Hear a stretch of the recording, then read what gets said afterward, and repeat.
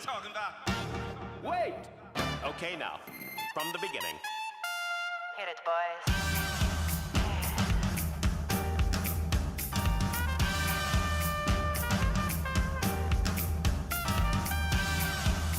What are you talking about?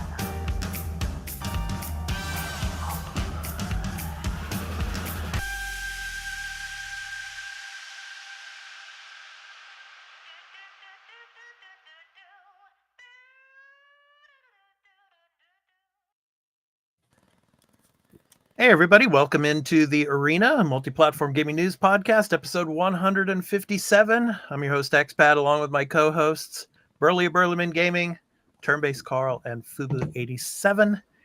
So welcome on in, guys. It's the last episode of 2023, so great to have you guys with us. And my question to you all is, have you done any Christmas shopping yet?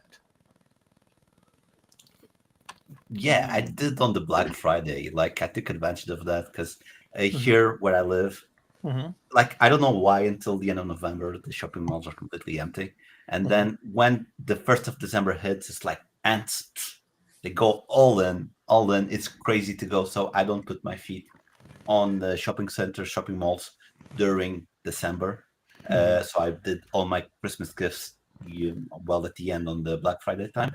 And tomorrow I'm gonna have a party at home, like a Christmas lunch, and I'm just gonna give gifts to my friends, and I'm gonna give them gifts, and I'm gonna have a great old time. It's gonna be good. Nice. Carl, any Christmas shopping yet? And basically, we got stuff for our daughter and not really doing much else. I mean, we spent a lot of money on the house. So, like, we're trying not to spend much on ourselves. Right. Yeah. Makes sense. Yeah. And how about you, Burley? Oh, I've been done since Black Friday. My Nice. because I used to what would usually happen when I worked my old job is and when my one friend used to live down near me is every December, middle to the end of the month, I would have to help him do Christmas shopping, go in the malls, go through all that chaos. And when you only get weekends off and you're tired and you work 60 hours a week, the last thing you want to do is go into a shopping mall that's packed full of people and go with someone that's like, I don't know what I should get my mother. Okay, let's get her gift cards to stores. No, I don't want to give gift cards. And you're like, and you've been there for 4 hours. You're like, pick something or I will pick something. Because Right. Yeah, I haven't even started my Christmas shopping yet. I'm always a last minute type of Christmas shopping person. So like the last couple of days, like right now I'm like walking around looking at stuff and and browsing on like Amazon and stuff like that. And then usually like the last day or two I get around to buying everything and wrapping everything up. So getting it under the Christmas tree. Yeah, so I'm always a last minute shopper. So yeah. So we got a great show for you, and actually Fubu, he's all dressed up for the occasion because it's the last episode of the year. But no, honestly, Fubu is going to have to head out a little bit early. So if everybody's here that he just jets out, well, that's the reason why he's got to go to work later on. So let me just explain. Like, I live in Madeira. It's one of the premier end of the year destinations. So the last day of the year we celebrate in style. This is the last show of the year. We celebrate in style. And also this saves me 10 minutes before going to work so I can stay 10 more minutes with you guys because I work in the hotel industry. So, and because it's Christmas spirit, if you join our Patreon, I'll give you a 5% discount next year on your stay at our hotel on the booking.com price. I'll give you a 5% discount. And if you want to know the hotel, if you want to know which hotel I work at, super chat with a question and I'll answer. Nice. All right. So we got a great show for you. Thanks for that, Fubu. So we got a great show for you. Our topic of the show, we're going to talk about some of the biggest news stories in the gaming industry for 2023. We're going to talk about that in our topic of the show. And in our weekly news beat, we're going to talk about that the day before game and all the crazy crap that's gone on with that. We're going to talk about Marvel's Blade, which was an interesting announcement, obviously, at the Game Awards. And The Last of Us Online. We're going to talk about that story as well, plus our picks of the week for the week of December 18th through the 24th. for our last episode of the year. So we're going to get into that and the games we've been playing. But first, here is a brief word about where you can find our podcast in audio and video formats. Discuss what they have been playing, this episode of The Arena, a multi-platform gaming news podcast's ad-free version in audio and video formats, will be going to Patreon after being recorded. So if you would like to support the show and become a patron at the entry tier 1 level at $1 per month and get every episode including exclusive ad-free post-show content in video format when recorded, please visit patreon.com/thearenaproductions for further details. The audio version of the podcast will be uploaded to all free podcast services where you can find us on any podcast app for iOS or Android, and in the video version, it will be on our YouTube channel, The Arena Productions. For the audio version, just download your favorite podcast app and search for The Arena, a multi-platform gaming news podcast. Subscribe, follow us, post a review, and leave us questions, comments, and feedback if you like, if that feature is available there, and spread the word about the podcast. We also have a Discord called The Arena Productions, where you can join and chat with the Arena Productions community, and the podcast audio website is at thearenapodcast.podbean.com, where you can follow us and leave questions and comments as well. For all information regarding the podcast and our entertainment and pop culture related content, along with our blog and forums, visit the official website of The Arena Productions at www.thearenaproductions.com. Finally, you can also follow us on Twitter at The Arena AMPGNP, as well as on Instagram at The Arena Productions. Now, back to the show. Okay, guys, so let's go ahead and talk about the games we've been playing. I'll go first. I started today, Burley. I started God of War Ragnarok Valhalla. I started playing that, and I know you and one of our patrons, Fryman. You and him are going to be doing an extra take for that. So, looking forward to getting that up to the channel. But in the beginning, I got through the first mission area. It's like you open the gates of Valhalla, and then you're running through there. Just getting used to the combat style again and all. But it almost seemed like a roguelite, because it's like it is a roguelite. It's like that.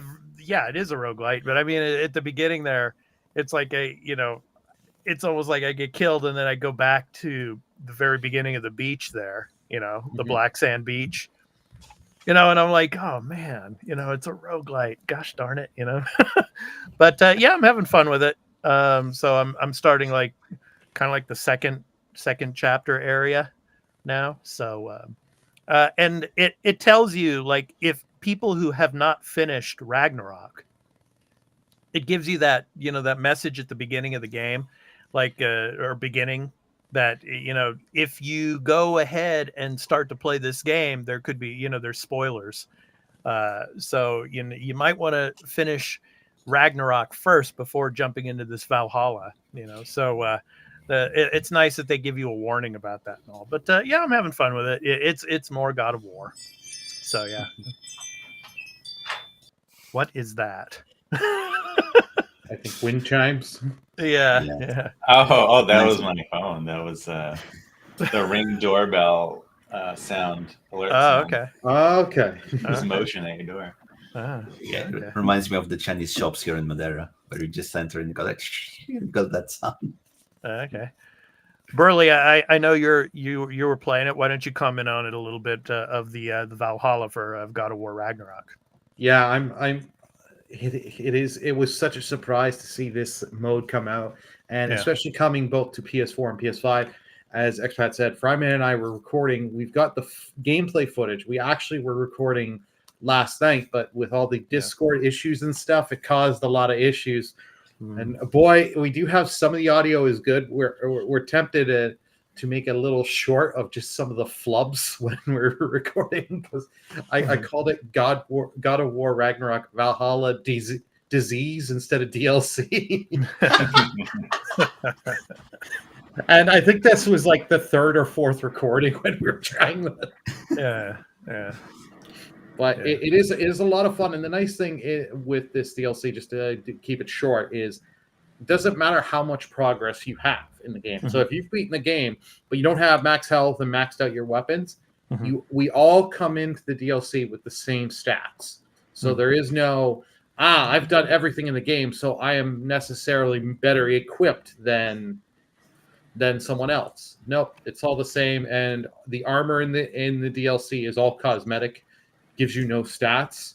Yeah. You have your ways to increase your stats, so that way, even if you're failing runs, you're constantly getting better and making each run so you can get farther and farther. Yeah. Yeah. Yeah, it's fun to play. Yeah. So, yeah. We'll keep it at that. So, looking forward to hearing people's comments about Valhalla for God of War Ragnarok. Are you playing it? Let us know in the comments. We'd really like to hear from you. And one other thing, if you like this video here on our YouTube channel, The Arena Productions, please hit that like, subscribe, and notification bell for when we drop a new episode of The Arena, as well as all of our other content here on The Arena Productions. So with that, Carl, what have you been playing this past week? Still working through Persona 5 Tactica. I think I'm pretty far. I feel like I'm getting close to the end. I mean, they're revealing a lot of the mystery now. We finally know who Arena is, one of the new characters who's on your team. Enjoying that. You know, it's good. It's a good game. It's solid. It's not like amazing or great. I think it's a pretty standard sort of tactics style game with the Persona flair on top of it. You know, it's pretty linear. It's very linear, right? There isn't really any choice of what else to do. There's not much in between your fights, you know. But yeah, I'm enjoying it. And I did last night play a little bit of the Skull and Bones closed. Oh, you played it too. Oh, goodness. Good, I played good. it on Xbox. Was it good? And what? Your anticipation, right? It's you know what? I thought it's pretty good. I kind of enjoyed it. I feel like I would play more. I don't know. You know, is it the type of game that I probably would play a lot of? I don't know. You know, I feel like it performs well, right? Like you do the performance mode, 60 FPS feels good. It looks good. Visuals are pretty solid for the most part. There's some things here and there, like I'm like, oh, it's not amazing, but I don't expect like the top end visual, right? But so it's like good enough in most areas. I like that there's a story, like it presents a little, you know, intro to like where your character is, and you know, as you know, build up this idea you're going to become a pirate, building your crew and trying to get reputation and stuff. You know, gameplay feels good. You know, the ship combat feels very good. You know, I'm just very basic where I'm at right now. I only got like the first normal ship. You start with this like little crappy like boat, like raft almost, right? These two guys are they're rowing and stuff. And then you finally get your first boat. And man, when you first go out with it and they're singing the sea shanty, I'm like, I love that. I really enjoy the sea shanties. You know, it's got that standard sort of loop of, you know, you pick up some quests, you know, you fight some stuff, you find some resources, you craft stuff, you upgrade your boat, your crew, you get new gear, you know, your cosmetics. There's tons of options for cosmetics for you and for your boat. And there's tons of different things you can equip your boat in. Like I barely obviously scratched the surface. Like I only have, you know, the most basic cannons and whatnot. And it's like, there's definitely going to be a lot of like, how am I kitting out my ship, right? For a particular battle or mission or in general, I don't know. You can obviously have multiple ships. So I haven't gotten far at all into it, but then there's the third person walking around stuff, which is very simple. You know, it's only when you go into non-combat areas, obviously, like it's sort of like the little towns where you can walk around, you can talk to the vendors and stuff. And it all looks nice. There isn't anything you could do, just walk around and like sort of talk to vendors and stuff. But it's nice to sort of break it up and like they don't want you. I feel like they don't want you to do a lot in third person, like as your character, because the focus is to get you back out on the seas. At least that's how it feels to me. Like they don't want you doing a lot of that. So I see why that's not in the game, because I might get distracted by that and just kind of do a lot of that crap and not do what I'm supposed to be doing, which is going out on the seas and, you know, fighting ships and stuff. But yeah, it's I think it's pretty decent. I don't know how well it's going to do, but if there's a good meta sort of as it goes on, like how it feels as you play longer, right? And you build up your ship and how that gameplay sort of, does it feel good to have different options on your ship, right? Yeah, 2024 is going to be interesting when it does, have a full release and to see how well it does.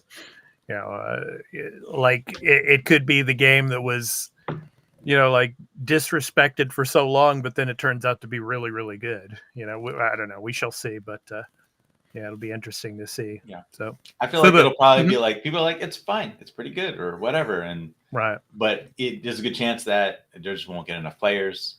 Yeah. I don't know that it's the kind of game that's really going to get a big following, or maybe it will get a big enough of a following because, again, it's very different from Sea of Thieves. It's not Sea of Thieves. Like, from what I've played of Sea of Thieves, I prefer this because Sea of Thieves is that sort of like definitive, like multiplayer sort of shenanigans experience, and this is more like sort of stat based. Like I'm building up something physical, like improving my character or my gear or whatever. Like that's two different games. Now, when you're playing it, Carl, do you get Black Flag vibes? Kind of a little, but not so much because they definitely changed it. It doesn't feel like this really like the ship combat for Black Flag anymore. I was surprised because they actually changed the way the shooting of the cannons feels. Okay. And as I played more, I realized that it's because they're making it more precise. Like because I started to see like there's parts you can specifically target on the ship to do either more damage or maybe there'll be other effects that can happen later. So, cool. All right, Fubu. Yeah, what have you been playing? Before I start that, Carl, you need to do a review about that game because you sold the game beautifully. You sold the game beautifully, man. You have to do a review, man. It was really good. Almost made me get an Xbox to play that game. No, but it's on everything. No. Oh, it's on everything. Maybe I'll get it. PlayStation, it's on PC. Yeah. Every time, no, because every time I see that, I feel like it's associated with the Xbox a lot more. But I almost broke my jaw this week. Because Final Fantasy 16. Holy my God, that's so good. I'm not going to spoil anything, but I didn't have on my bingo card that I would have a fight on space. I'm not going to say how or what happened because you don't. When you have a medieval setting like Final Fantasy 16, you don't assume space, but we went there. But no spoilers. Why? Great fight. But when I almost broke my jaw, I was doing a boss fight against the Icon Titan, and he turns basically into a mountain, and you have to do the crazy.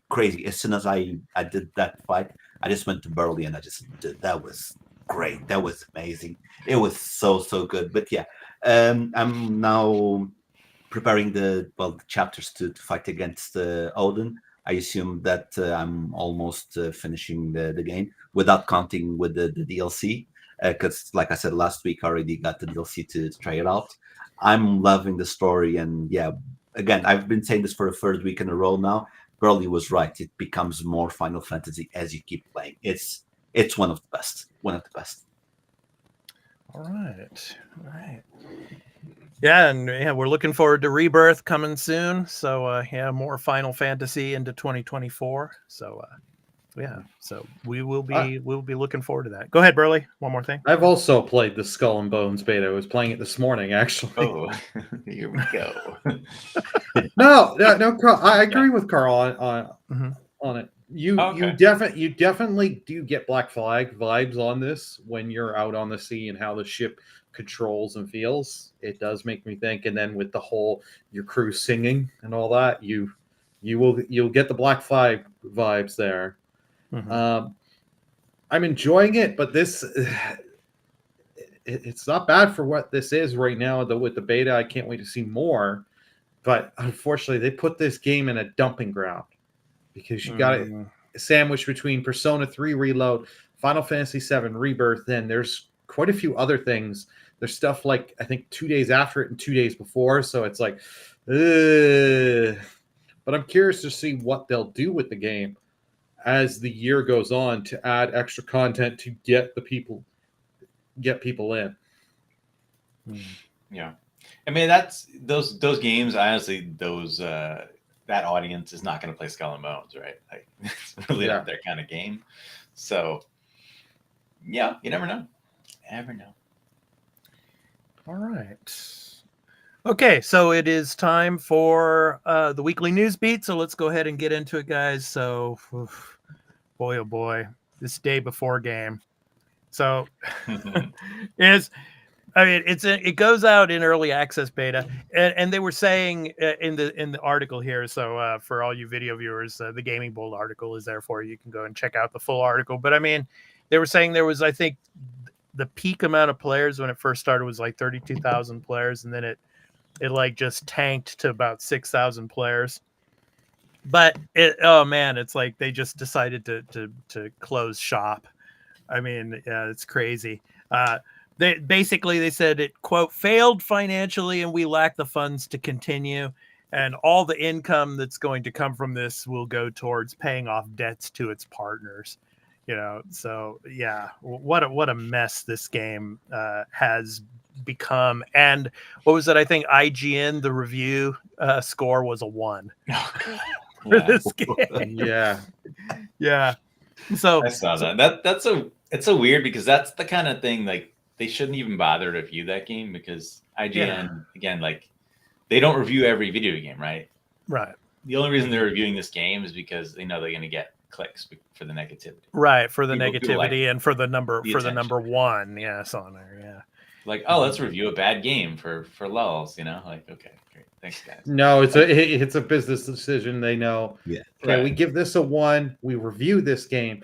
It's just going to give us clicks plus all the stories we can do with all the behind the scenes stuff with this game. So they're just, for a better example, they're just going, and like the Kong game also, like 1, 2, 3, yeah. Like no one cared about that King Kong game, but it's like, oh, it's a tragically bad game. Let's review it. Yeah. Well, from the article, fantastic. They said, quote, we invested all our efforts, resources, and man hours into the development of the day before, which was our first huge game. We really wanted to release new patches to reveal the full potential of the game, but unfortunately, we don't have the funding to continue the work, end quote. Then they also say, quote, we worked tirelessly for 5 years, pouring our blood, sweat, and tears into the game, end quote. So the future of the day before and prop night is up in the air, but servers will remain available for both. Quote, we apologize if we didn't meet your expectations. We did everything within our power, but unfortunately we miscalculated our capabilities. Creating games is an incredibly challenging endeavor, end quote. So there's a lot out there that are saying this was just a complete scam. I mean, they developed this game for 5 years. Well, I mean, I guess it starts to come into question the actual, when it comes to the developers that were actually working on this game, how skilled of game development were these people that were working on the game. Then that, I guess, comes into question. But it's just the thing of think before you act. If the game is not ready, obviously they must have had some beta testers or something and could sense that this game was just nowhere ready to be put out, even in early access. But they just threw it out there. So I don't know. What are you guys' thoughts on this? Carl, I'll start with you, man. Yeah, I mean, there are a lot of people saying like, oh, it was a rug pull. I mean, maybe it's possible, but this studio's made 2 other games, right? They're on Steam that you can buy, or one of them seems to have been pretty good. It's definitely not the game that they showed or promised, right? Like if you ever saw the original trailer for this game, I mean, I saw it and I was like, oh wow, that looks like like State of Decay, but in like an open world or multiplayer environment in like a from what I saw, like, sorry to interrupt, Carl, but I was just gonna say, what I saw in the trailers of this game, it reminded me of the Division.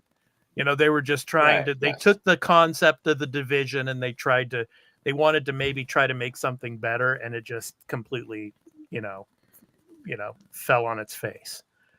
Yeah, and then the last couple times that people actually saw this game, they showed gameplay, like it didn't look like anything. It looked like it was barely a game. So yeah, I mean, I feel like if you bought this game like I don't know. That's on you. Like, why did you think that it was going to be good? But, or why didn't you get a refund? Because you can get a refund on Steam after playing it for, I'm sure in the first hour you're probably like, yes, it's garbage. You should get a refund. But I would imagine that a lot of the purchases were people who are like, I want to stream this terrible game. And if that's what you want to do and that's fun for you, I'm sure it is, and maybe even lucrative for some. Yeah. You do that. I don't know. It's hard to say that this developer just was like, oh, it's a total scam. They never intended to make that game. Like, I don't know. Maybe not. Like, yeah. I try to think more positively. Like, they just, were way too ambitious and, maybe, yeah. Got into it too far, and they're like, "God damn, what are we gonna do?" And they tried to put something out, and it's just not that. Yeah. Well, let us know in the comments, those of you that viewing this episode, and those of you that view this episode later. Did you try the day before? I mean, let us know in the comments, and what did you think of the game? Would you have given it a 1? So let us know. Fubu, what are your thoughts on all of this? Okay, my thoughts. Just so after I finish my thoughts, I'm gonna say goodbye because I'll have to go. But my thoughts about the game. I'm very disappointed because if you remember, about 2-3 weeks ago, my pick of the week was actually this game. I was tricked by the trailers. It seemed like the world itself, like the idea is great, and I hope this inspires some other company to do a good job with the type of game, because I do think the type of game, post-apocalyptic zombies in the city, because we are used to open areas, something closed in the city, I think it would be really, really good. I think if this was like a one game thing, that it was their first game, and it would be like a rug pull, a scam. But I don't think that's the case. I think they got over their heads because they were selling the game is going to come out this time. And then when it was almost time for the game to come out, they stuck an early access stick on it to say, oh, the game's not completely ready. So people wouldn't jump on them. But what they gave and what they promised is completely different, because it was supposed to be an open world, well, the city in this case, MMO. Well, what happens? You have a hub area, then you go to, there's like a countryside, which is your base. Then you have the city. It's separate maps. It's like Tarkov. It's like that. And then you finish and then you come back. It's completely different from what they promised. And if I don't know if they were hoping to sell millions and millions and get the money, pay their debts. I want to believe it's debts and not trying to trick us, but and it didn't go that well because the reviews weren't that good.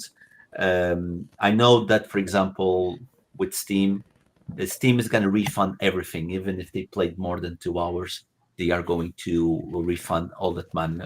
That means that the money that they probably were expecting from Steam sales won't reach them, because Steam withhold payment to give all the money back, because of course Steam isn't going to lose any money. When it comes to this story, basically, I'm just happy it's not something that happens all the time. I don't remember the last time something like this happened, and I don't want to see it again ever, because this is bad for gamers. Fubu, I hate to burst your bubble, but I think it's probably going to happen again. I mean, it's just an unfortunate trend in the gaming industry where something like this happens every year. There's like 1 or 2 games like this. The last one that I think about that was something as almost as serious as this was No Man's Sky, but they managed to turn it around, because again, at the time, 10 years ago, they promised the universe and it didn't pay out. There was a lot of backlash, and because this is why I think it survived. It was a product very strongly associated with Sony, and Sony didn't want to look bad with the consumer, so they probably let him complete the game. Because if it was like an independent developer with no big ties, the game would have closed like maybe 4 days after it came out. But because it was related with Sony, maybe Sony survived that. But that's my thoughts. Let me just say goodbye before I go. Guys, it was a pleasure doing these shows with you, the last part of the year. Thank you for the invite. I love this community. There's a lot of nice people in this community. And yeah, we're going to hope that next year I can show every time, stay all the time, and we can get a lot of great content to all our viewers on Patreon and even not on Patreon. Yeah, thank you so much for letting me be part of this family. And you guys are all awesome. And I really need Thanks, to go. Fubu. I'll see Yeah, you thanks, next Fubu. year. Merry Christmas and Thanks, Happy Fubu. New Year, guys. Yeah, take care, Bye, Fubu, guys. and Thanks, yeah, man. thanks a lot, man. Take care. Work Yeah, we'll sucks, see you but next we year. gotta do it. Thanks. Bye. Bye-bye. See you, man. Yeah. So yeah, shout out to Fubu there. Thank you so much for being a part of this and joining us. So looking forward to having you in 2024. So anyway, Burley, your comments on this before we move on to the next story. Yeah, it's hard to not think of this as a scam, because they not only did they've the CEO of the Twitter for the studios deleted his Twitter, but they also like scrubbed the whole YouTube page and all that, shut down the Discord for this, and have already started up another company in another name, trying to put the stink off. And then they're like, well, the servers might remain on for the game. It's like, no, just tell us they couldn't do what they wanted to do. I get that, but it's like, why not just what's so wrong with coming out and saying like, hey, we don't have the money or talent to get this where we promised and wanted to. We have to scale back our vision with reality. What's the harm in that? Like, I would rather a studio be upfront with us and say, hey, we can't do it. Yeah. Or, hey, we wanted to do this, but now we got to go to crowdfunding. Go to crowdfunding if you have to. If you can't pull it off, there's no shame in it. I'd rather be upfront and honest and hear that than go building off the hype, and then comes out and you're like, even though it's only an early access, be nothing of what we were promised, because it was promised as this whole, like Carl said, basically state of decay, zombie-like thing, and then it's more like Escape from Tarkov. Yeah, that's the big problem for sure. That's two different things. Even if you read the description that was on this page, it doesn't say that's what it is. It says it's the original idea. So that is a big problem. I mean, maybe the guy at the top is like the one who's just like the scumbag, right? He was like, no, we're gonna keep going forward. I don't care. I'm not gonna tell anyone anything, and just I don't know. It's hard to say. Yeah, I don't know what kind of team this is. How many people are actually in this company? Yeah, it's probably not many, but yeah.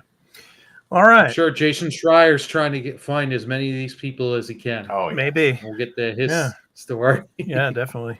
Remember Abandoned? Yeah. That was the real one that was trying to scam everyone, and they got caught. Yeah. All right. Yeah. Well, let's talk about a game that has just begun development, and it was a big surprise at the Game Awards. So Marvel's Blade has just begun development. So I'll go ahead and put the link from the Gaming Bolt article up here for you.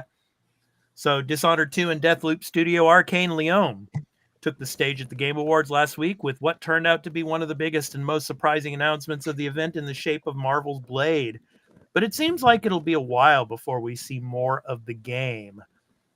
So in a blog post accompanying the game's announcement on the official Bethesda website, the company has confirmed that Arcane Leon has, quote, just begun development, end quote, on Marvel's Blade, which means it's probably going to be a few years before the game releases. So Marvel's Blade will tell an original story and will be set in, quote, a quarantine section of Paris in the middle of a supernatural emergency, end quote. So, so they're just beginning development on this. Of course, the question remains because whether or not this game is going to be completely exclusive to Xbox, like, say, Xbox PC. So they haven't stated anything on that yet. And probably the reason is because of the fact that the FTC is still trying to stop the deal when it comes to Activision Blizzard, because of the fact that they're afraid that Microsoft is going to make everything exclusive. So they want to kind of, just hold off because it's so early in development right now. Maybe they just don't want to say, boom, it's exclusive, like they're going to do with the Indiana Jones game when that's about to, be shown off more in the next year or two, I would say. So, Burley, I'll start with you. What do you think of this? And I mean, so early in development, do you think it was the right time for it to be announced? No. This is something I hate, where it's announced, we have nothing, and then it comes out a couple days later, we just started, and it's like, okay, so you're giving me a poster. It's like, announce stuff when you actually have something substantial and can really show us for this. Like this is something we've talked about several times and for years. Things get announced too early, and because this game ain't coming for 4 to 5 years to be realistic. And it's like, are we going to remember, unless they are doing stuff every 6 months to a year, that this game is coming out? Because I'm going to be honest, if they're not, I'm going to forget this game even existed. Carl? Well, I mean, isn't that the same for Wolverine? I mean, they announced it with a CG trailer. I mean, I'm sure they just began development. Exactly the same, right? I'd say, yeah. No, and you're right on that. I think from what everybody is saying, what I've been hearing, and what you can see the pattern, is that this probably has something to do with Marvel, because there's also the Iron Man game that was announced that, who knows? Yeah. We don't know anything about when that's coming out. There was the Captain America and Black Panther team up game. And then there's also a Black Panther game that was announced. Now, these didn't have a showcase thing, right? Oh, well, I think the Black Panther Captain America one was at a Marvel thing. I think it was at was it Marvel showcase or D23? Something like that. Remember. Yeah, it was at one of those. So that one did have one. So I think it's just like whatever the circumstance is, maybe with the licensing, like they probably wanted to announce it or needed to announce it, and they decided this is where they're going to do it. And it does suck that it's probably very far away. Just begun can mean a lot of things, but I'm sure that means pre-production. There was something going around about the LinkedIn thing about someone working on the game since 2021, but again, that's probably just very early pre-production or whatever. I don't expect this game yet to be coming out even in 2025, right? I mean, probably 2026, and then we might be talking about next gen at that point. Yeah, it's going to be very, very late current gen, I think. Yeah, probably at the cusp of the the next gen, which could tie into platform, not being listed as well, because maybe it is not Xbox Series X. I mean, it'll be on those, right? But it'll also be on maybe next gen and whatever that may be. Xbox Series X2, Series S2, whatever they're going to call it. Yeah, right. But I mean, my prediction is this game is going to be completely exclusive. There's, I don't think there's any way in hell it's gonna go to PlayStation. I think it's going to be completely exclusive. Yeah, I don't think it will either, because again, Indiana Jones wasn't announced with any platforms. And we found out later that it was exclusive, or it is exclusive now. Yeah.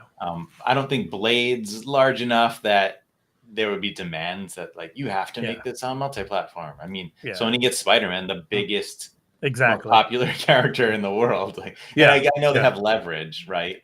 But that's not to say that Marvel couldn't lean on them and say, we want you to put it on Xbox. They could, right?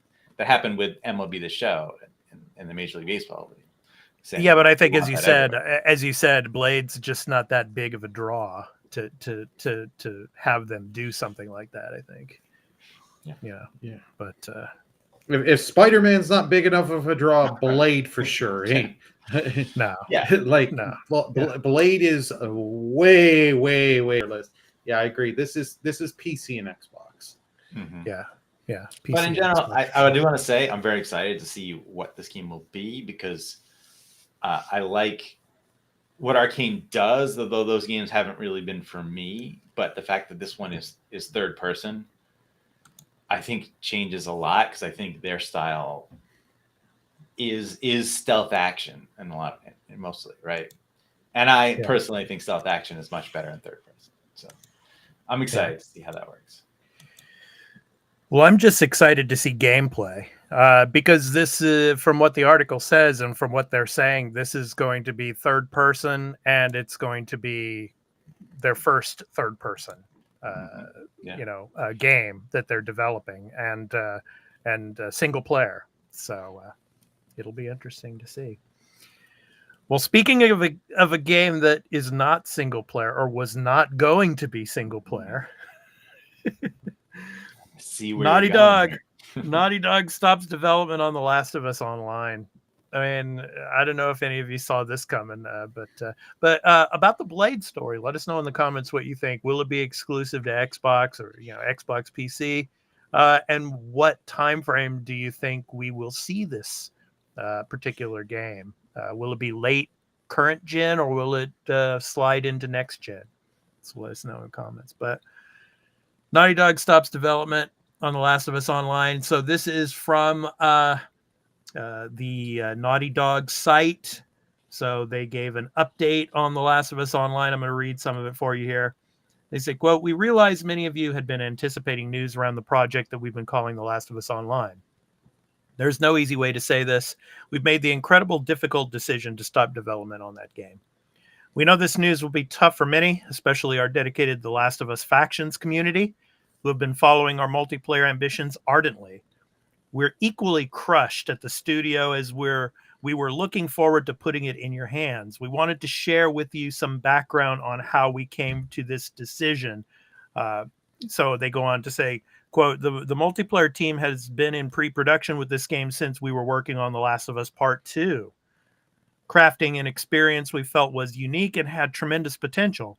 As the multiplayer team iterated on their concept for The Last of Us Online during this time, their vision crystallized. The gameplay got more refined and satisfying, and we were enthusiastic about the direction in which we were headed. And then it goes on to say, in ramping up to full production, the massive scope of our ambition became clear. To release and support The Last of Us Online, we'd have to put all of our studio resources behind supporting post-launch content for years to come, severely impacting development on future single-player games. So we had two paths in front of us: become a solely live service game studio, or continue to focus on single-player narrative games that have defined Naughty Dog's heritage, in quotes. So they go on. It goes on to say that was one of the main reason why they decided to cancel this game, and that they have two other big single player games in development at the moment. One has probably obviously has not been announced yet, and the other one is The Last of Us Part 3. I will bet 100,000 cases of spiritual opium on that. So anyway, Yes. Carl, I'll start with you. So is this something that they should have thought of before when it comes to live service games, especially with a development studio that has a huge track record of success with single player games?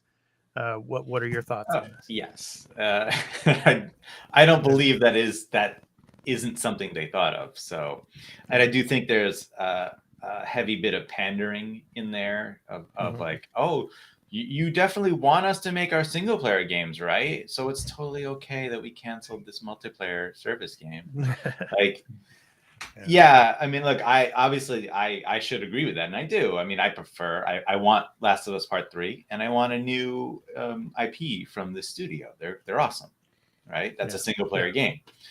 Yeah. But I don't believe that you didn't understand or thought about what the scope of a live service game would be and what you would need to do to make that work.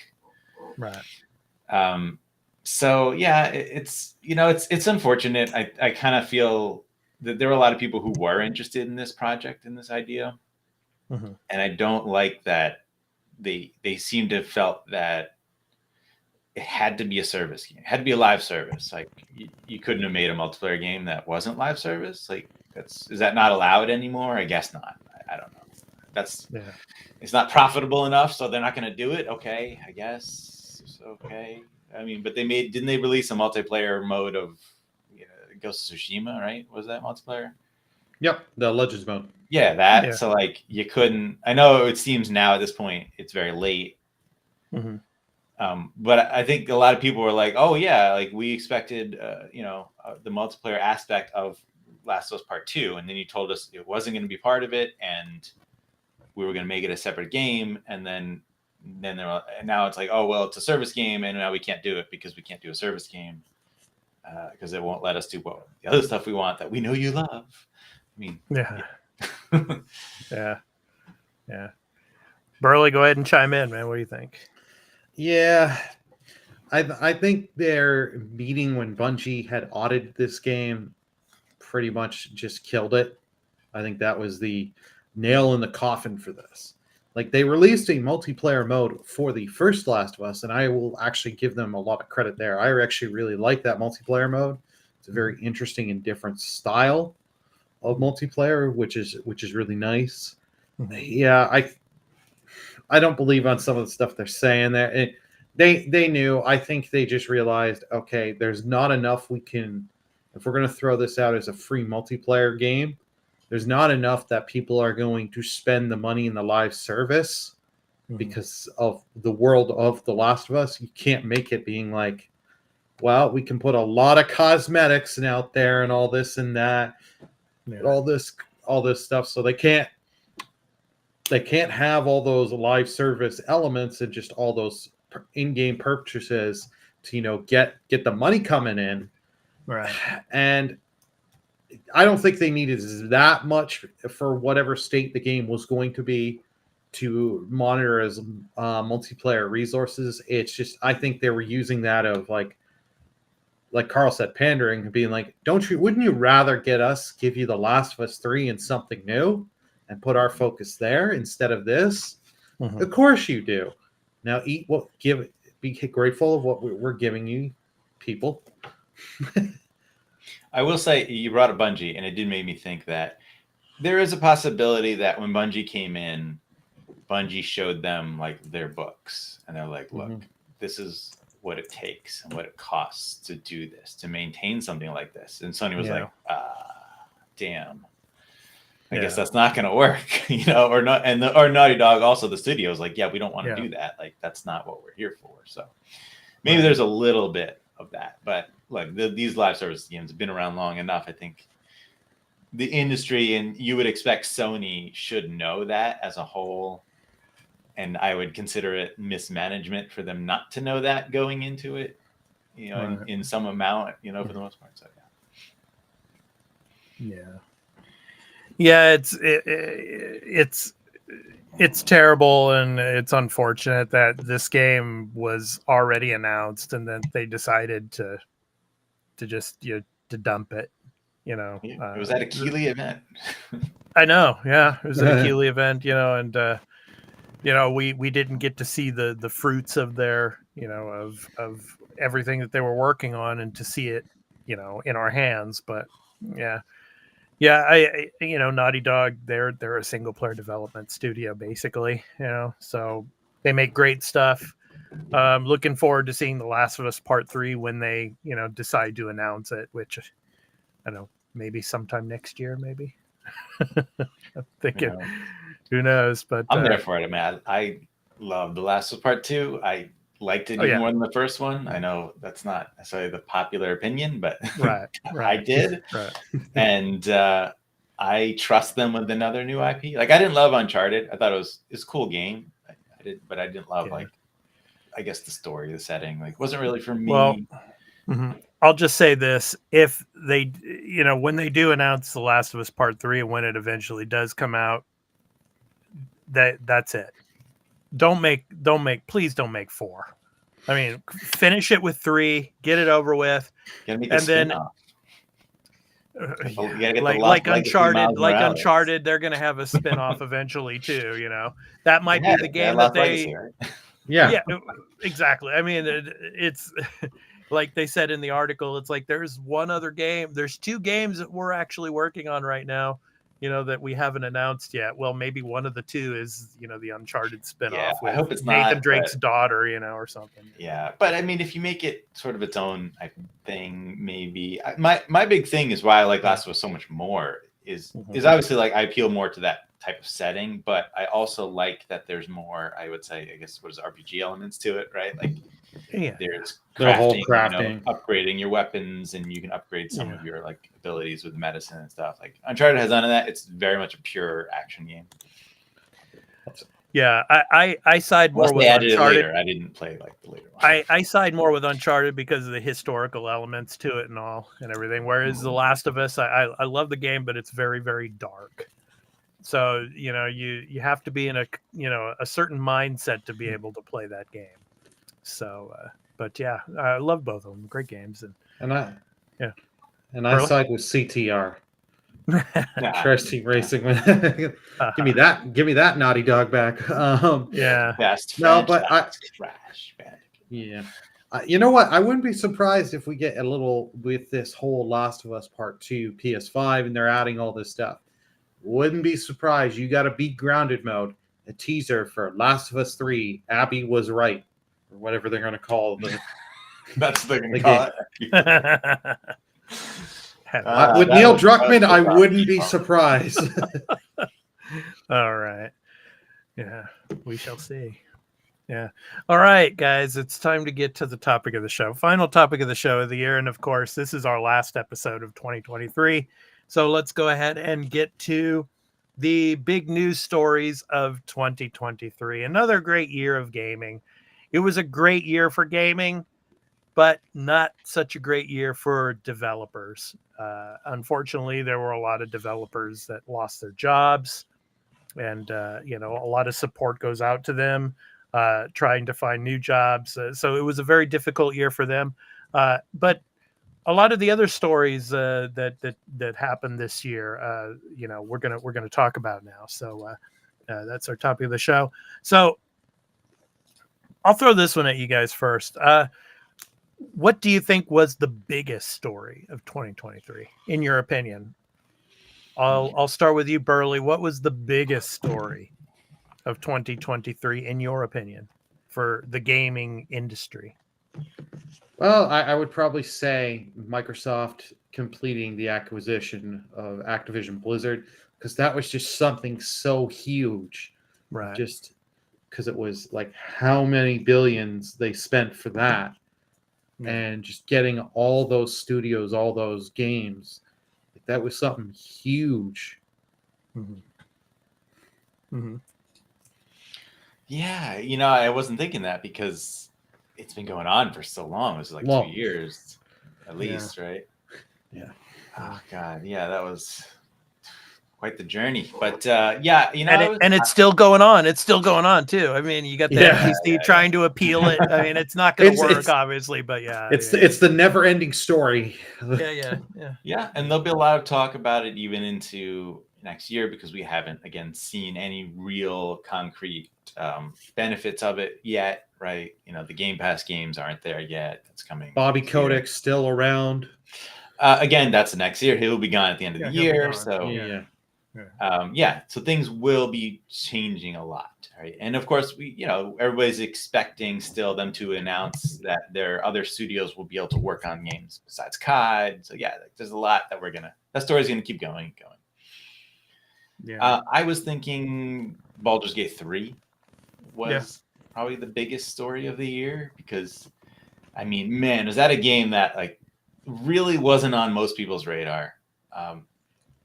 Wasn't on my radar, and that's maybe on me because I kind of wrote it off as I knew Baldur's Gate 1 and 2. I definitely played 1. I don't remember if I played 2 or not. But those are not turn-based games, right? And that's my favorite genre, and I don't like that they have that real time with pause sort of gameplay that I don't really want to play right now, and so I didn't know that. If I had known it was turn-based, I probably would have been, super excited about it. but it was also a game that was originally tied to Stadia and released in early access and for 3 years or something like yeah, that. right. Yeah. A long time, right? So, and there wasn't a lot of great talk. Early access reviews for it weren't stellar, which is interesting because when you think of how great it was and reviewed afterwards, that's a finished project, shows you how things can really change based on an early access release to final 1.0. But, Yeah. then, of course, so it being this huge success, it being all over, it becoming part of the gaming zeitgeist, right? Yeah. And then also having that sort of staggered release, PC first, then the announcement that it's coming to PlayStation, but no Xbox, and people are like, why? And that became a big story, and then the drama behind, the Series S is holding it back, and then later, like, but because of the Series S development, we found this way to actually make it run even better on all platforms, and like it's this wild roller coaster of a story that ends up leading to it being Game of the Year at the Game Awards and several other places, and winning awards all over the place, being one of the most successful games of the year, in terms of critical success and also financial as well. I mean, it's not the top seller, and for some reason they aren't on the charts, I guess. I don't know what to do with that. They have been selling well, but like their sales numbers have not been like Spider-Man or Call of Duty or some of the other tens of millions. But I think they also didn't report for some reason on like the NPDs. I don't know. I heard that somewhere, which is why it wasn't on one of the lists, because I didn't realize this until just the other day, that after I heard that it was number 1 on the Xbox like top paid games list just now after its release. It was also number 2 on the top games for PlayStation when it released, behind like the big sports games that just came out, like FIFA and NBA. Right. So obviously it did really well on those platforms, and we know on PC it sold, they said 2.5 million prior to release and in early access. And then I think there was somewhere based on numbers, assuming it was like 5 million at some point on PC. So like, it definitely sold a lot, right? But it's, it's not going to be like Hogwarts Legacy, Right. But still a massive success for a studio like that. Like, basically an independent studio. Larian. Yeah. It was massive success, and it stole the zeitgeist from a lot of those games. Tears of the Kingdom. And Starfield. So it was a big success story. I agree that Activision Blizzard probably the biggest story of the year, but on the PlayStation side of things, I think the Jim Ryan story of Jim Ryan leaving that's a void that is going to be interesting to see moving forward, how that's going to be filled, because PlayStation didn't have the greatest of years. It was another good year, and obviously we'll talk more about the Portal later when it comes to the hardware side of things, but and the slim models. But his way of running PlayStation, it's going to be interesting to see how that void is filled and what they're going to do moving forward. So him announcing that he's leaving PlayStation, I think that was a pretty big story this year. And to see who's going to take his place in the long term, I think that's a big story. Burley, I know you want to talk about Knights of the Old Republic. I mean, that was another big story this year as well. I mean, and then of course the eShops, those closing down, that was another big story this year. Embracer Group, that was huge as well. Yeah. So go ahead, Burley. You want to talk about Knights of the Old Republic? Yeah, that one was that was hard to hear. That hey, development is not going well, and from pretty much all we've heard is that like Sony and other people that have seen this game in development were not too impressed, and development was not going well, and it seems like it's been pulled the plug. This was a game like they had I forget if it was at a PlayStation showcase it was first shown at. I believe so, but like people, it was something really exciting because I did play the original. I love the original, and to be like, ooh, we're gonna remake this and PS5 exclusive, and then just we heard little bits and pieces, and then it just went silent for a while, and then hearing, yeah, development's not going well, and now that it's like, ugh. Yeah. I was always skeptical of it because, again, I played the original and I know what kind of game that is, and to remake that is a lot of work. Yeah. If you're you can't just keep the same type of gameplay, I feel, because a lot of people will not be okay with that. It's not very modern. It's a strange system. It is actually based on like Dungeons & Dragons D20 system back in the day. Yeah. So it is sort of like turn-based under the hood, but it's kind of faking sort of action in between. So like, there's the actions that you set. So like, I don't know how that would fly today. And then you had the teams, looking at working on it. Before Saber, it was, what was the name of that team? Oh my God, I'm forgetting now. Another studio from Embracer that, again, like a port studio that I had zero faith in to handle this type of remake. I mean, even if you look at Bluepoint, right, who did Demon Souls and Shadow of the Colossus and did a fantastic job, they didn't have any drastic change to the way the game played, and you feel like that's what they need to do for KOTOR. So I don't believe they have the capabilities in those studios to really do that, and the amount of time and effort you would need to put into that. Yeah, I mean, these are full-fledged like Western RPGs. Right. There's a lot to it. So right. And then on the Nintendo side, Charles Martinet, of course, becoming an ambassador, and he's going to stop doing the Mario voices now. So he's retiring from doing the Mario voice. So that was a pretty big story this year as well. And of course, his replacement. So it'll be interesting Chris to Pratt. see. Chris Pratt. No, Yeah, right. No, it was Kevin, wasn't it? But yeah, Charles Martinet. I mean, what a ride he's had, and an amazing run as the voice of Mario, and now he's going to become the Nintendo ambassador. So that was a big story this year but of course Nintendo having a great year as usual, and all the anticipation for the Switch 2 when that comes at some point next year. That's going to be big, and of course with and Burley, of course, the Mario Wonder coming out, as well as Super Mario RPG, which we'll be talking about later in the show. So yeah, another great year for Nintendo. But yeah, Charles Martinet, I think, topped it off when it came to the news stories for them this year.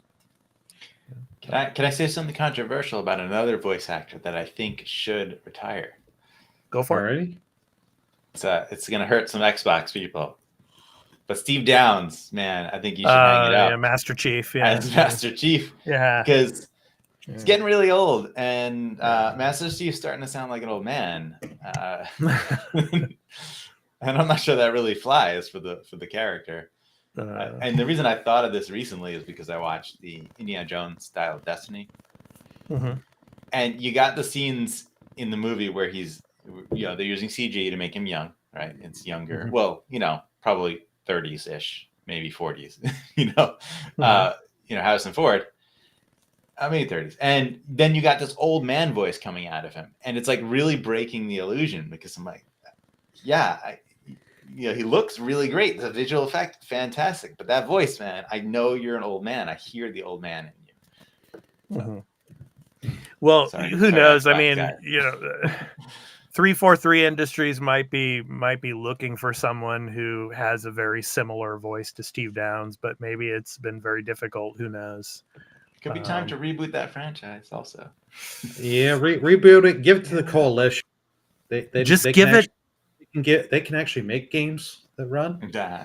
Just give it to the actors that are in the Halo series on Paramount Plus and let them take it No. over. Yeah. No, that wouldn't make anyone happy. I mean, I No. want to see season 2, but No. Well, come on, man. Come on, Carl. But Master Chief's got to take his helmet off in the game. I want that too. I really do. Yeah. Yeah. So I'm saying Gotta happen, reboot, man. new voice, have him take his helmet off a little more, Yeah. Get to the more human side of him. Yeah. No. Just kill off Cheap. Make Locke the main character. Oh yeah, that'll go over well. I know that's what the fans really want. I think Sony knows a lot about not killing off a character with Kratos. Like, no, we can't. We just can't. We got to keep it going. Yeah. I don't know what happens in the last game, but you play Ragnarok. We need to sit and have you play Ragnarok. Then you can come back and talk, and especially when you play the Valhalla DLC. After 3 mainline games and 2 PSP spin-offs, I was like, all right, Kratos, it's time. But they're like, no, let's keep it going. If you like grunts and stuff like that, I mean, it's perfect. Yeah. Boy. Boy. I do want to play Ragnarok. I do. It's great. I love great the game, 2018 man. game was fantastic. So it's a great game, and the Valhalla DLC so far has been really fantastic. So let's talk about games that were expected to do really well this year, but just didn't do well. Like, for example, didn't get the player base that it was expecting to get, or didn't get the sales that they were expecting to get. One that comes to the top of my head is Forspoken. I mean, that was a game that a lot of people were saying that that was going to do really, really well, and it just didn't do well at all. I mean, when it came to sales, especially. Burley, do you agree with that? Yeah, I bought that game because I bought it way later in the year for like $20. Like, I remember when the demo came out, because the initial trailers had me interested. I'm like, okay, so like active magic kind of thing, run around just casting different elementals with different spells and all that stuff. Cool. Gameplay wise, the game is fun, but like I remember the demo was horrible because the demo did not teach you the controls very well. I had to watch YouTube videos after I had uninstalled the demo, and they're like, oh, to actually do the cool shit, I had to spend 2 hours learning stuff they didn't tell you and experimenting with the controller and all this to figure this out. And it's like, oh, that's good that they tell you none of this. And then that game came out. I can tell you, gameplay-wise, the game is a lot of fun, and I'm still early on, but like having the magic and some of the traversal abilities and stuff is fun. Yeah. The story is one of the worst stories I have ever played. Like I'm in chapter 4. I think there's like 12 chapters, but I was like, I can see the writing on the wall where this is going, this and that. And then some of the dialogue lines that the actress has to play and the person that plays the magic cuff are voicing, and their dialogue between each other is like, oh god, this I've heard better dialogue in Law and Order episodes and stuff like that. Yeah. I got 2 other Square Enix games for you. Okay. There you go. Go for Final Fantasy 16. I would say underperformed of what people really would thought it would have done. And Octopath Traveler 2, I think also didn't quite do as well as people wanted or hoped. And I think all of that sort of does lead to why Square Enix has a new CEO, right? Was it CEO? I think it's CEO. I believe so. Yeah, no, Square has made some bad moves. 16, they have come out and said the game sold well. Yeah, they obviously wanted to sell more, but it was only on one platform. It is coming to PC in the near future, but they have said it has sold well. But Octopath, Octopath did not sell well. That game came out and just died. I've seen it being discounted so many times throughout the year. I bought it on the Steam sale, and the thing was they had on the Steam page you could buy Octopath Traveler 2 itself for I think it was like $50 Canadian. Yeah. But they had another thing you had to scroll a little, a bundle with one of their other games that is kind of like a Bravely Default game. A bundle there where you got another game for $46 because they were trying to help sell that game. and I did that because I was like, okay, I get another game, save $4. Yeah. But it's like, yeah, I haven't even gone to Octopath Traveler 2, and from everyone I heard that had played it, they're like, it's good, but it doesn't do enough unique from the first game that really makes it like, oh, if you played the first one, you need to go to this game right away. It's just like, it's there. If you like the first one, play it, but no rush. Yeah. Yeah, definitely seemed like more of the same. A lot of people saying better, but still basically more of the same. Yeah. One other I'm gonna expect a Xbox Game Pass release on that one. So Yeah. we'll see. Yeah. One other story before we move on that was a big news story in 2023 that we should not skip over was the Unity story. Oh, I was going to say before Yes. you move on, I had one other big thing that didn't do well this year. Go ahead. That I think maybe everyone's forgetting that came out this year was PSVR 2. Yeah, the hardware. Yeah. That thing was just bad. Like they everything they showed for marketing, like we were talking about, like not having backwards compatibility, that shot itself in the foot. Yeah. The insane price, and it's not like, it'd be one thing if you're having it at that price point and you don't need a PS5 to use it. You could just use it as its own console, fine. But to have you got to have a PS5, so that's a good $600 investment you already have to have. And then over here, it's about like the complete bundle, and you get Horizon with it, the only VR game that I've heard anyone talk about for PSVR 2, other than the Resident Evil ones. It's like you got to spend about $1,000 there just to get that. So more expensive than the console, basically. Yeah. So that Unity lack of compelling titles, Yeah, definitely. There isn't really much there, and they don't have much in the pipeline. We don't know what first party exclusives, right? Like supposedly there are some, but at this point, man, it kind of feels pointless. Yeah. Well, no VR studio, no offense, they're not going to take the time. If I was a VR studio, I'd be making for Meta is my main one to get, because Meta is the one that's reached the most amount of households. Get it on the Valve Index and the Oculus. The HTC Vibe, I think was because that's the high end one. Yeah. So get it there. PSVR, I'd be like, yeah, I'll maybe do the job of porting it, but I'm going to get 6 sales. So is it worth me doing that?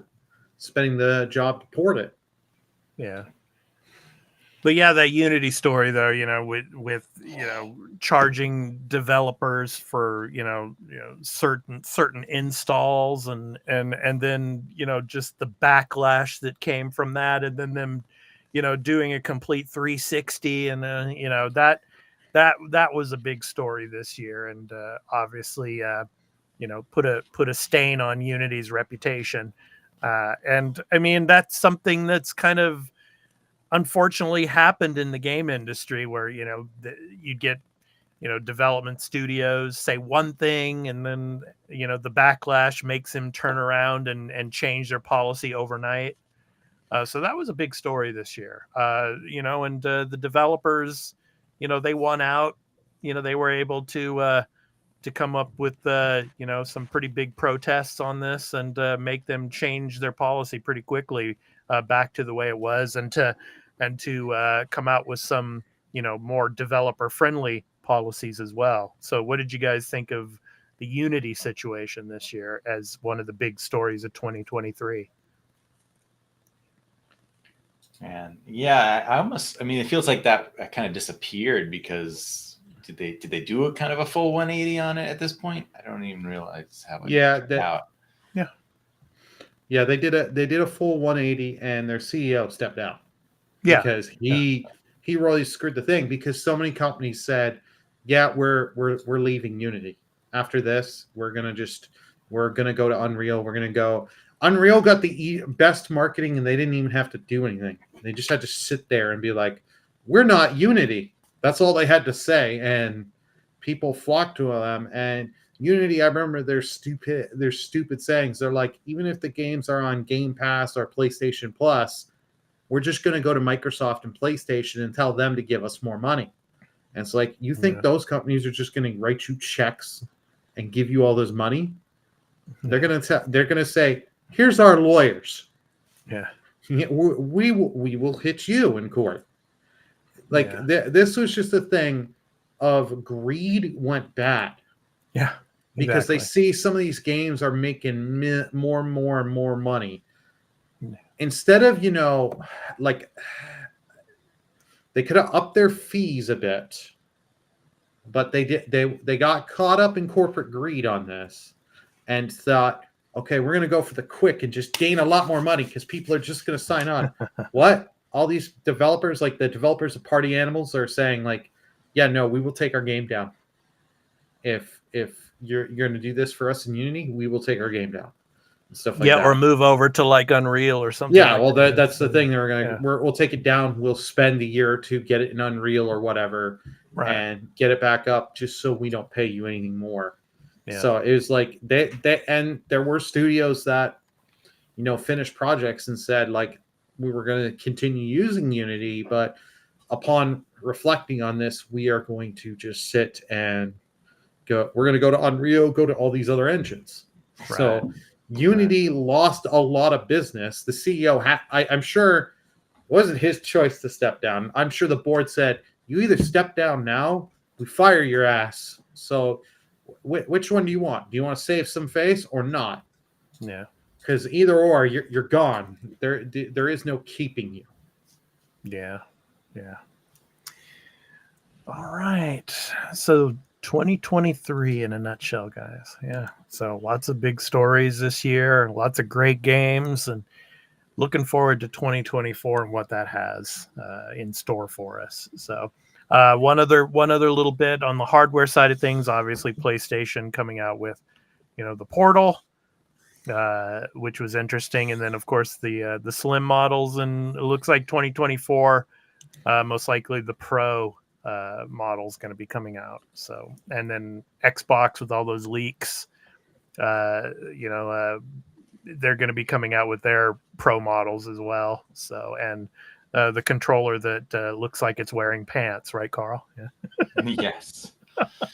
So yeah, it'll be interesting. So, well, there are people now saying Xbox has scrapped that one design, and we might not get that next year from the cylinder, you mean? Yeah, the cylinder. The Jeff Scrubs was saying on that, and that there's rumors up. He has industry contacts and all this that are apparently they're not going to do a Pro, and they may just go early into the next generation. But yeah, I saw that like 2026 is be like there. Yeah. Which I think makes sense. I like the idea, like why do they have to go when PlayStation goes, and do what PlayStation does? I mean, and vice versa, right? Like you do what you want to do. Like Nintendo's doing whatever they want to do, and it seems to be working out just fine for them. Oh yeah. Yeah, for sure. Definitely. All right. So let us know in the comments what you thought of 2023 in the gaming industry and all of the news stories. What did you think was the biggest news story of 2023? Besides the Activision Blizzard deal, what were you most interested in this year? Let us know in the comments. We'd really like to hear from you. So on that. So, all right. So it's time to move on. So our new game releases for the week of December 18th through the 24th. You can go to releases.com, and for all of you video viewers, putting the link here below. So www.releases.com for all of you audio listeners. So you can check out all the games that are coming out this week and through the month of December and beyond. So this week, Burley, you are first. What do you have for us? What is your pick of the week? My pick of the week is Vampire Survivors Emergency Meeting. The survivors are desperate to hunt vampires but are running out of place to look. Only one option remains. Be the bullet hell in space. Gather most trusted crewmates, prepare to eject the imposters, and try and survive while mowing down thousands of extraterrestrial foes in this expansion. Vampire Survivors. Turn classic Among Us tasks into outrageous weapons, upgrading your abilities after every roguelite run is to overcome impossible odds with ease.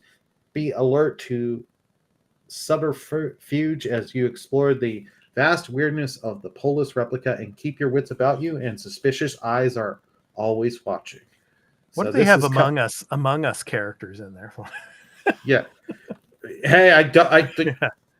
it's a crossover that I didn't It's a think weird we ever crossover, we needed, but I'm glad we're getting. It's coming Yeah. Monday, December 18th to Android, iOS, PC, Switch, Xbox One, Xbox Series. I love this game. This was a game I bought, I think, during or after the Game Awards last year, Mhm. and this was like both the DLCs that we have had come out have been great. So just adding more and more content to this game, it's just this thing is awesome, especially if you play it on the Steam Deck. I just sit in bed and I can. It's one of those games of like, oh, okay, you know what? I got a half hour to kill. Just sit and do a run on this. It's just always a lot of fun. Yeah, good stuff. All right. Next up is my pick. So my pick of the week is The Engineer, which you saw at the beginning of the episode in our intro. In this light-hearted physics building game, you are a clumsy medieval engineer. The game combines gridless sandbox building with hilarious physics-driven third-person controls. With infinite structural design possibilities, the only limit is your imagination. And gravity. Yes. So it comes out on PC early access on December 18th, on Monday. So yeah, so fun stuff. It looks hilarious. Oh yeah. This I could just imagine. This is a game to play either on stream or in Discord call with friends, and just grab a couple beers and just sit and have some laughs. It reminds me of that. What was that game? I forget the title of it. Where you're like, they had like the battle, like medieval type of war battles, and they'd go after each other. Yeah. Was it Totally Awesome Battle System or something? I think so, something like that. But yeah, the acronym. Yeah. It was like an acronym, right?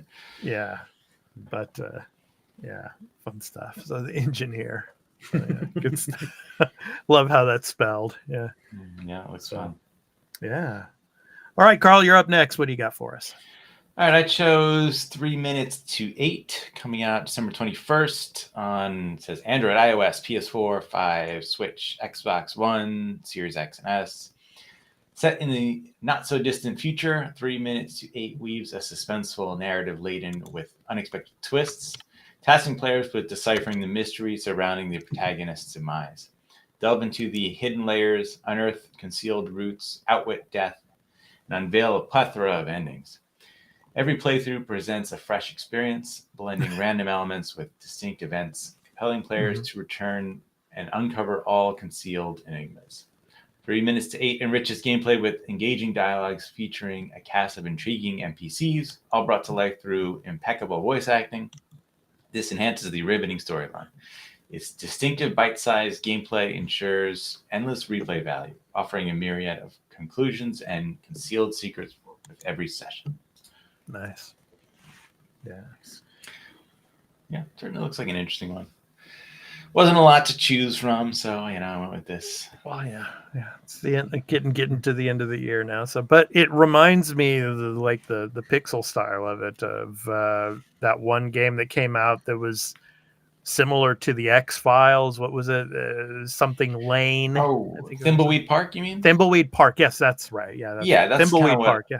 I like about it is that Yeah. evokes that sort of classic adventure style game, but Exactly. they're having a twist on it, which is cool. Right. I like that. I like those type of games. I haven't played them before. I played Thimbleweed Park. It was a good one. Yeah, Thimbleweed Park's really good. So, yeah. All right. So those are our picks of the week. So you can go to releases.com and check out all the games that are releasing this week through the rest of December and beyond. So for all of you audio listeners, www.releases.com. And for you video viewers, you can check out the link there below. So go and check out the new game releases. So good stuff. All right, Burley. One more time this year, PlayStation Plus game catalog for December for Extra and Premium. So this, I don't have an image for it, but I'll give you guys a link. This is from the PlayStation blog, so you can check out those games. But Burley, what do we got for Extra and Premium this month? Well, we actually have a good month for once. I know it's shock. For Even once. For once, yeah. well, it's been a while. Let's just say that. We've got Grand Theft Auto 5 because why not at this point? Because this game has sold enough. I'm sure Rockstar is like, yeah, we'll let you have it on there. Just make sure you advertise people can go on the online mode and play the casino and give us the real money. That's where we really make our money. Well, yeah, and GTA 6 was just, shown for the first time. The first trailer came out. So, yeah, obviously, right? Yeah. We also have Strangers of Paradise Final Fantasy Origin for PS4 and PS5. Highly cannot recommend that game enough. That was such a just great fun, just action game. I highly recommend it. Moto GP 2023 to PS4, PS5. We got Metal Hellsinger for PS4, PS5. The rhythm shooter game with the heavy metal music and all that. Great soundtrack. This is a hard game though, but it is a lot of fun. I recommend trying it. Salt and Sacrifice PS4 and PS5. It's a difficult game. That's a difficult roguelike game, man. Yeah, it's hard. Yeah. It's really good though. It's really good, but yeah. It looks good, but I know it's hard, and that's what has turned me off. But I'll probably try it since it's on the service I'm paying for. Right. Moon Scars for PS4, PS5. The art style looks really good on that. One I've actually played, Mega Man 11 PS4 on the PS4. It's a fun little Mega Man game. This one you actually do have some difficulty options, so you can turn down the difficulty so you can actually finish these if you're not the greatest at these games. Yeah, I may or may not have done that. A Gigabash for PS4, PS5. We got Grim Tinge of Terror to PS4, PS5. Tinykin for PS4, PS5. And Proteus for PS4, PS5. Shadowrun Returns, PS4, PS5. I think that game came out a couple of years ago. Yeah, I played the Shadowrun games. That was Yeah. also on Game Pass. Yeah. Yeah, they're cool. Those are like the newer ones. Yep, you got three of them. You got Shadowrun Dragonfall Director's Cut, PS4, PS5. Shadowrun Hong Kong Extended Edition. Yep. And now for premium, Mega Man Legacy Collection 1 and 2 for PS4. So you get the original a lot of Mega Mans. Yeah. It was Capcom's bread and butter for quite a while. Yeah. Yeah, well, with all those new Sega announcements at the Game Awards and everything, yeah, I guess they want to throw some of those out there. So. Oh, we'll get a Mega, and they've been doing the collections, but I wouldn't be surprised. We'll get a Mega Man 12 because I think 11 sold well enough. Yeah, we've got Thrillville coming to PS4, PS5. I believe that gave that away on PlayStation Plus a few years ago. You got the Thrillville Off the Rails. So that was originally released on the PS2. So got that coming. And Buzz Lightyear Star Command, originally on a PS1 platform to PS4, PS5. So, yeah. I'm kind of confused by the Mega Man Legacy one because aren't those just like PS4, PS5 games? Yeah, they're PS4. They're PS4 released on the PS4. Those were collections. So why is that premium? Why isn't that just? I don't know why. I don't know why they put that behind the premium paywall. Yeah. It is a weird thing. They put 11 on extra, and then put 1 through 10 on premium. You know what they need to put on premium, Burley. What? You guys are gonna love me for saying this, and I'm just joking. I don't really mean this, but Mighty Number 9. I think that's actually on the service. Actually, Mighty Number 9. Yeah, but yeah. But I remember playing that. Or was it on the service, or did they give it away for free on Play? I think they gave it away free on PlayStation Plus. Plus, yeah, I think it was a Plus game. Yeah, but I remember trying that game because I originally I missed the Kickstarter on that, and then I had it pre-ordered Yeah. Something told me that game was not going to come out well, so I canceled my pre-order. And then I remember playing it when years after it had gotten updates and stuff, and it was like, yeah, this is still not a good design game. Yeah. Yeah. For a second, I thought the legacy was Mega Man Legends 1 and 2. That'd have been so good. Yeah. I've never played the Legends games. I've heard they were really, really good. They're great. I love Great them games. so much. You guys know what Mega Man's called in Japan, right? Rock. Yes. Rockman. That's right. Rockman. Rockman. I was like rock and roll, and Proto Man's Blues. That's right. I was legitimately gonna buy a 3DS, I believe, at the time for the Mega Man Legends 3 that was eventually canceled. Yep. Yeah, that. So sad. Maybe one day they'll revive it. Yeah, I think a remake of Legends would be fantastic. Yes. Good stuff. I agree. Capcom, don't worry about Resident Evil for a little while. You've milked that enough. Go back to the Mega Man well. Yeah. Yeah. Good stuff. All right. It's time for some programming notes. Burley, do you want to talk about your latest extra take? Go ahead. Yes. So the last extra take I've done was Super Mario RPG. As in the title, Is It Worth It? Highly recommend watching it. It's not a spoiler video. It's about 9 minutes, and it shows you some stuff about this the remake, and we do talk about the original in there, so please do go check it out. Highly recommend. Yeah, and you also did a PlayStation Portal, an honest, unfiltered review of that. So please go and check that out as well. Yeah, yeah, that one. Yeah, please do go check it out. It's a little bit of a different setup because that was still when I was back at my parents when I had the whole internet issues. I'm back at my apartment, so the microphone's a little different than the setup. But yeah, please do go check out the Portal because I talk about some of the stuff people I've seen with a lot of the people making videos that are complaining about it. They're like, I can't use this on a McDonald's Wi-Fi that has 1 megabyte. I'm like, you're not so. They tell you this stuff like, yeah. Like if you're gonna get mad with the Portal, make sure you're mad for the right reasons, not stupid shit. Right. Yeah, go and check out the Super Mario RPG one as well. I mean, it's really well done. So thank you so much for that, Burley. And you're also doing the God of War Ragnarok Valhalla DLC. You and one of our patrons, Fryman14. So.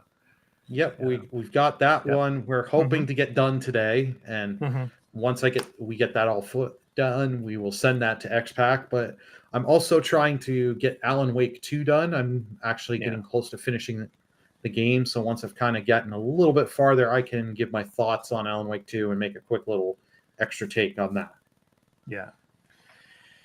Yeah, and for our other programming besides gaming, we're going to be doing, of course, Marvel's What If Season 2 starts, I think, on the 22nd, I think. Yeah, and they're going to be the 22nd, and they're going to be throwing out an episode every day for 9 straight days. So we will be doing our spoiler-free reviews and recaps of each and every episode here on the Arena Productions. So look out for that on the Marvel side. Star Wars for next year, we've got the Acolyte coming out. Skeleton Crew is also going to be coming out. We're going to be looking forward to that, as well as the final season of The Bad Batch. That's also going to be coming. So excited for that. On the Star Wars side of things, on Star Trek side, we've got Discovery, the final season. We're going to be getting into that, as well as Strange New Worlds whenever that is released sometime next year, probably late next year. That's going to be coming out, as well as Lower Decks, another season of Lower Decks. So, and we're going to be trying to do Star Trek Prodigy as well. So Prodigy, the first season is on Netflix, coming to Netflix now because Paramount Plus got rid of it, unfortunately. So Netflix picked it up, and season 2 is on the way of that as well. So we should be doing that. Halo season 2 is going to be coming in early 2024. We're also going to be doing recap and review episodes of that, as well as House of the Dragon Season 2, which should be coming in the summer. So a lot of stuff coming for the arena. Yes, Fallout has not been. We're going to do. Yes, we'll definitely be doing episodes on Fallout, but we don't know exactly when it's coming next year. So there hasn't been a release window yet.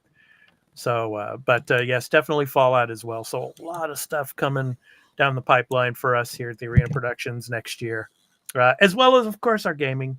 Yes, gaming news, and every week, of course, the Arena Gaming News podcast here. So we will be continuing that. And our first episode of 2024 will be on January 6th.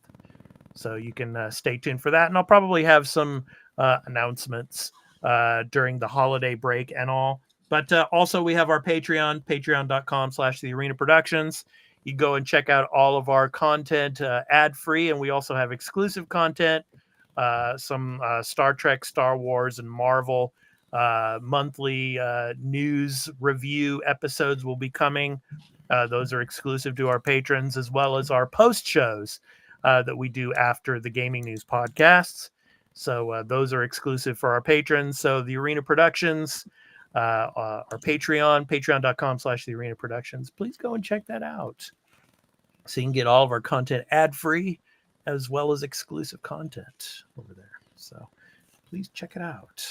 So good stuff. So before we end our episode, this is the final episode of 2023. So obviously this is like we're concluding. We're in our 4th year of doing this podcast, and Burley and Carl have been with me for most of the time that we've done this podcast, and want to thank you for being with me again this year, guys, and really looking forward to 2024.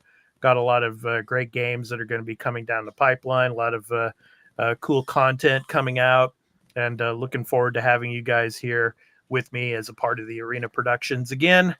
So thank you so much, and thanks so much for being on the podcast with me again this year. So it's really been great, and looking forward to 2024. So yeah. So anything you guys want to say before we finish the episode, Burley? No, it's been another great year doing this with you guys. It's always a lot of fun doing this here with you guys and just chatting shit, whether we're just shooting the shit before or when we're shooting the shit before we record and all that. It's always a fun time, and just getting people's perspectives on the stories and going, okay, I see what they mean with this, and learning more. It's always a blast, and thank you for having me. Yep. Carl? Yeah, of course. Thanks for having me. Love being here. It's always fun. Yep. I just wish I could be here more and be part of more of this stuff. Yeah. It's just been hard to find the time. Yeah. So, but we always try to work things out and to get you on when we can, and really appreciate having you on the show. So yeah, thank you. So thank you so much, man. All right, so that's going to end our final episode of 2023. Like I said, our first episode of 2024 will be on January 6th, so stay tuned for that. And I will have some updates for you later on about that episode, as well as the other content that's coming at the end of this year and into next year for the Arena Productions. So stay tuned for all of that. So anyway, to end our show is our indie recording artist spotlight. So obviously the very last episode of the year is holiday themed, of course, some Christmas music we have. And this outro that I'm doing this time, it's a little bit interesting. So it's going to have each and every episode thumbnail from the 2023 year that we have done for you this year. So with the holiday music. So let me go ahead and introduce our indie recording artist. So this week's spotlight is on Aves. Aves is a stage name of Doten Bergman, a Brooklyn-based producer, beatmaker, and jazz-trained multi-instrumentalist. So initially known as a performing musician, Doten has found his passion for music production and making saucy beats with a unique touch of soulful guitar playing. He is constantly searching for new and exciting sounds while remaining true to his early inspirations of soul, blues, and jazz. From the title song of his album called Silent Night. So this has been The Arena, a multi-platform gaming news podcast, episode 157. I've been your host, Expat, along with my co-hosts, Burley of Burlemint Gaming, Turn-Based Carl, and Fubu87. We hope to catch you in the next one. First episode of 2024 will be on January 6th. So take care, everyone. Enjoy the outro and have a great holiday season. Have a Merry Christmas and a Happy New Year. So take care, everyone, and we'll see you in 2024. Peace out.